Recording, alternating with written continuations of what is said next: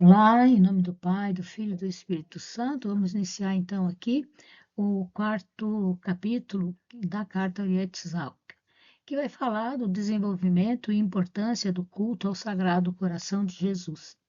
Falando a respeito disso, ela vai dizer que o culto ao Sagrado Coração de Jesus é uma expressão profunda da espiritualidade cristã que enfatiza o amor de Cristo pela humanidade. Nós vamos ver que nesse breve resumo do capítulo 4, nós vamos explorar um pouquinho as raízes da devoção, a história, o desenvolvimento e a importância desse culto na vida dos fiéis. Natureza íntima e riquezas perenes do culto.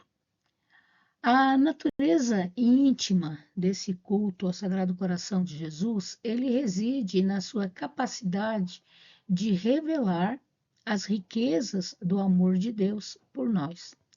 Este culto, ele nos convida a uma relação profunda com Cristo, reconhecendo o coração como símbolo de amor, compaixão e sacrifício. Compaixão, amor e sacrifício que perdura ao longo do tempo. Vou falar um pouco sobre a história e desenvolvimento da devoção. Vocês vão poder ver lá na carta que lá vai falar que o culto ao Sagrado Coração de Jesus, ele começa a se desenvolver mais plenamente a partir do século XII.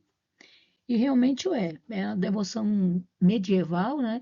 E é nessa época que a devoção, ela, apesar de restrita aos mosteiros, né? Apenas uma elite que tinha acesso, mas é quando começa assim a se desenvolver. E eles, as irmãs dessa época dos mosteiros, as monjas, elas contemplavam o coração glorioso de Jesus. Nós vamos ver que a escola da devoção inicia no mosteiro de Elfa, na Alemanha, com a abadesa Gertrudes, que é irmã de Santa Gertrudes, e também com a Santa Gertrudes, a Grande, que é a grande teóloga do Sagrado Coração de Jesus na Idade Média.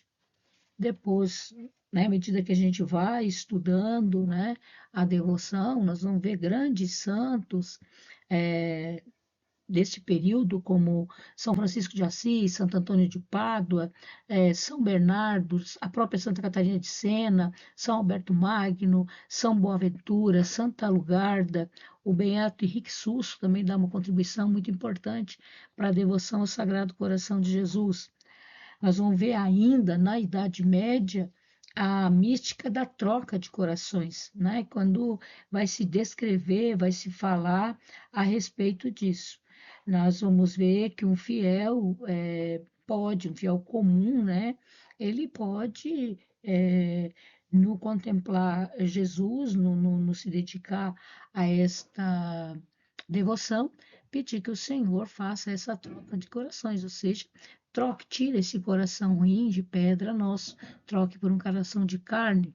Isso é uma coisa que a gente pede sempre, Sagrado Coração de Jesus, fazer o meu coração semelhante ao vosso. E isso se inicia lá na Idade Média, quando o nosso Senhor promete a um devoto, não foi uma pessoa que se tornou santo, não, ele promete a um devoto que faria essa troca de corações, né? De trocar os afetos do coração do devoto pelos afetos do coração dele. São Paulo, né, na sua carta, ele vai exprimir isso na carta aos Gálatas de uma maneira até bem enérgica, quando ele vai falar: já não sou eu quem vivo, é Cristo quem vive em mim. Mas o grande expoente, é claro, da devoção ao Sagrado Coração de Jesus vai estar lá no século XVII, que é Santa Margarida Maria, que vai ter a grande missão de promover o culto ao Sagrado Coração de Jesus, refletindo a importância do amor divino na vida cristã e na prática da fé.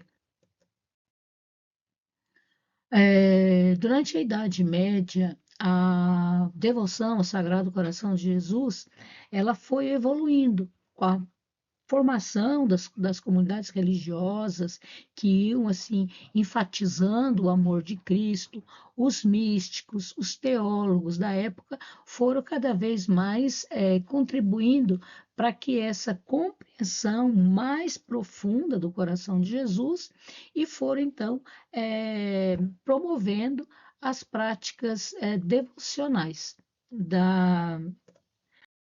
da devoção ao Sagrado Coração de Jesus. Nós vamos ver que deve-se à Companhia de Jesus a possibilidade de chegar essa devoção até nós. Foram eles que transformaram aquilo que pertencia a uma elite dos religiosos, dos grandes teólogos, e trouxeram, então, para o leigo comum, para a dona de casa, para o trabalhador, né, para as pessoas mais comuns. O culto ao Sagrado Coração de Jesus, ele vai receber a aprovação pontifícia ao longo dos séculos. Especialmente depois da canonização de Santa Margarida Maria, a Igreja reconhece, então, a importância dessa devoção oficialmente no ano de 1856, quando ela vai estabelecer a festa ao Sagrado Coração de Jesus como uma importante festa dentro do calendário litúrgico.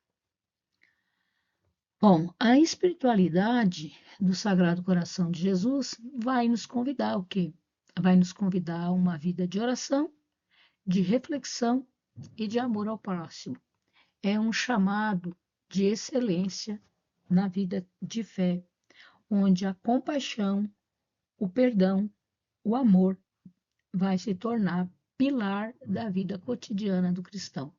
Então, se você está disposto a sentir compaixão, a se colocar no lugar do outro, a perdoar, a amar, você realmente é um sério candidato a viver com profundidade essa devoção.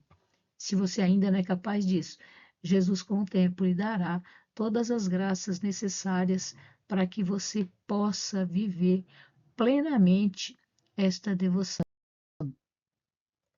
O fundamento do culto ao Sagrado Coração de Jesus, ele repousa na crença de que Cristo é o Deus homem.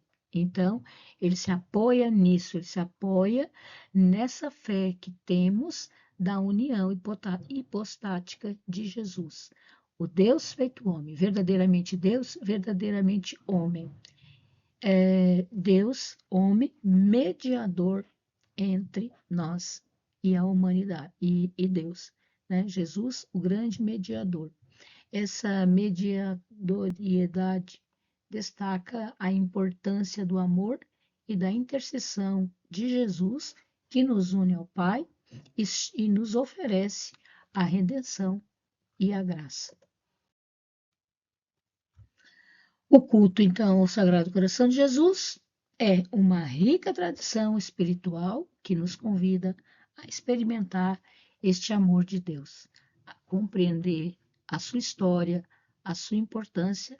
Nós somos incentivados a aprofundar o nosso relacionamento com Cristo, vivendo a espiritualidade que Ele próprio lhe ensinou. Te convido a curtir aí esse vídeo, né, dar o seu like. Convido a me seguir no Instagram, Luisa Damian. E também lhe convido que você pegue a carta Aurietis Aqua e passe uma leitura atenta do capítulo 4. Mas nós nos vemos provavelmente amanhã com a finalização, o capítulo 5. Amém? Em nome do Pai, do Filho e do Espírito Santo. Amém. Que viva Jesus nos nossos corações.